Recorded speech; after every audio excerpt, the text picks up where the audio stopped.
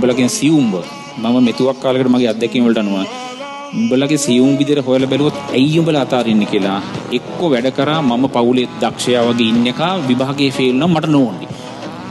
පවුලේ නෑදෑයෝ අතර මම නෝන්ඩි. නැත්තම් අල්ලපු ගෙදර එකා විභාගේ පාස් මට මේ සැරේ ෆේල් නොත් මේ සැරේ ප්‍රතිඵල ඇවිල්ලා උම්මන් ගැන හිත හිටියෝ. කියන්නේ උඹලට මොකක් කර ප්‍රතිඵලයක් එනවා අල්ලපු ගෙදර උන්ටයි පවුලේ උන්ටයි උඹලගේ පිට ලෝකයක් නෑ උඹලගේ ප්‍රතිඵලයමයි කීව. එහෙම මනසක් මේ වයසේ හැදෙන්නේ. මේ මොහොතේ උඹලට හැදිලා තියෙන එහෙම එකක්. එහෙම එකකට බයි තමයි මේක අතාරින්නේ. මේක අතාරනවා කියන්නේ හෙන්නම ඩේන්ජර් කතාවක්. හොඳට අහගනින් සිද්ධිය කරන්න ඕනදී හිතා හොඳට අහගනින්. දැන් මේ අර අපි එක එකට ඕන විදිහට ජීවත් වෙලා හරියන්නේ නැහැ නේ. අපි ජීවත් වෙනවා අපිට ඕන විදිහට. ඒතර අපිට ඕන විදිහට ජීවත් වෙන්න මේකගේ අනිත් එක ඕන මගුලක් හිතපුවා. ඌට ලස්සන උඹලා ගනින් වැඩ කරේ ඒ තුනකට නම් යන්තම් S3ක් නම් එන්නේ. ඒතර S3 දාන්නේ ගැලපෙන්නේ නැහැ නේ. S3 නම් එන්නේ S3 ගන්න